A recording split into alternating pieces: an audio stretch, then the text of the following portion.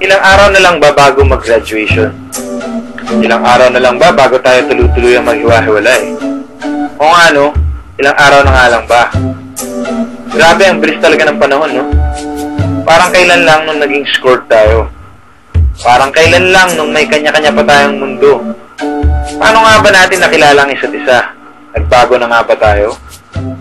Tignan mo tong si Madam, naturing niya ang presidente, pero laging late. At kung pumarty, tindi. Walang presidente. Ito namang si attorney. Hirap na hirap manligaw. Saksakan ng torpe. Baliw naman kay... Yun na yun. Si Mamsi.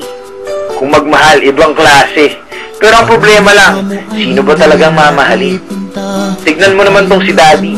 Ang galing magbigay ng advice at pagpapamilya. Kaya akalain mo yun, lintik, naunahan pa kaming lahat magkapamilya. Ito si Sir PM, naturing niyan pa naming teacher ng grade school at high school. Hilig naman manyak. Si Labo, naturing niyang faithful sa girlfriend. Pero mapunta lang dito sa school kung sino-sino na nilalandi. Ito si Ma'am, matinik, magturo at malupit sa lasingan. Pero yung nakaraan niya, di man lang tinuruang uminom. Nang nalasing, sumabog ang Mount Mayon. Itong si Mount Mayon naman, seryoso masyado sa buhay, di na nangiti. Pero pag inuman, I only had 10 shots at hindi pa ako lasing. Hindi pa pala lasing yung hindi masuot yung jacket ng tama. Si Father, galing ba talaga tong seminaryo? Abay, lintik ang bibig, Armalite sa L at sa PI. Lalo na pag andyan si Paula, kawawa talaga. Pero ika nga niya, buti pa daw siya faithful. Faithful sa 5. Si Chef, akala mo dalagang Pilipina at reserve. Pero nung nag-careless whisper, hapo! Laglag ang brief.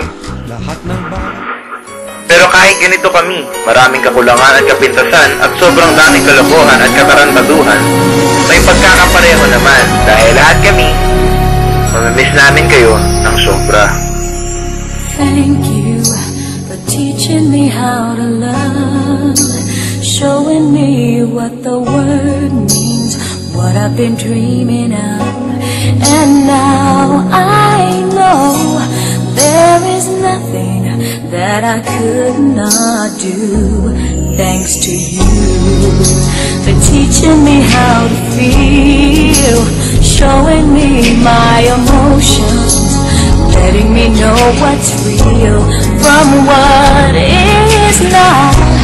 What I've got is more than I'd ever hoped for, and a lot of what I've hoped for is thanks to you.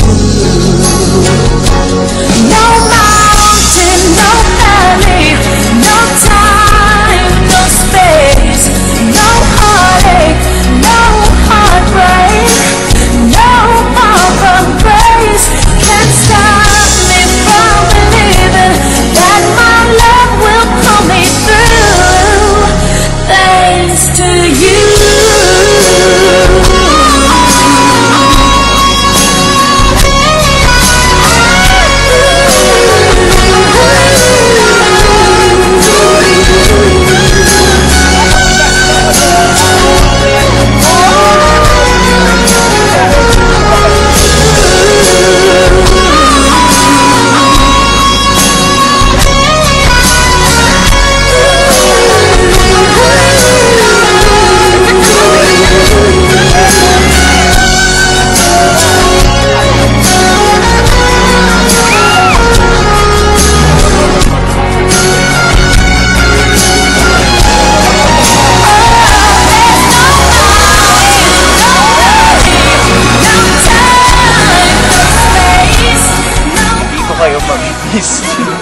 Medyo ko.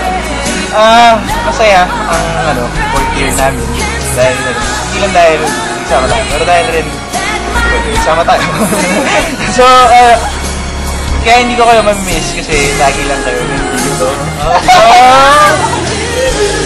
So yun, alam namin kahit wala kami, makakaya niyo yan kasi so sa mga bago, kung magiging okay din. Everything will be good. Sir, salamat nga pala sa lahat ng tinuro niyo sa akin, lahat ng sinabi niyo, yung mga advice na binigay niyo sa akin para sa pamilya ko at saka sa akin na din. Wag niyong asahang makakalimutan ko kayo. Kasi hindi. Dahil kayo na rin yung naging tatay, naging kaibigan, naging, teacher. So, at saka kung may tumawag man sa inyo, sabi ko kasi dun sa resume ko, advisor ko kayo eh. Ako rin.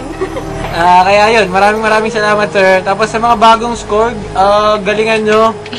Yung gagawin yung mga trabaho, bigyan nyo ng puso. Huwag nyo nang gawin para lang sa gusto nyo, para lang sa makagawa kayo.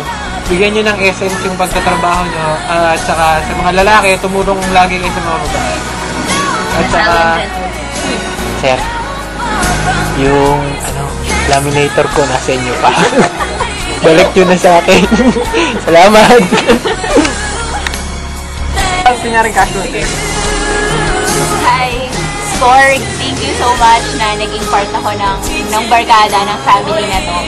Hindi ko makakalimutan yung mga moments natin together, yung mga trabaho, tsaka yung mga inuman. Sobrang nag-enjoy ako. Sir Lou, alam mo, mamimiss kita. Ikaw na rin nagsabi, ang dami na natin pinaglaanan since first year. Naalala ko nung first year ako, ikaw kasama kong mag-lunch, tapos hindi tayo tatayo ng table hanggat hindi naubos yung baon ko.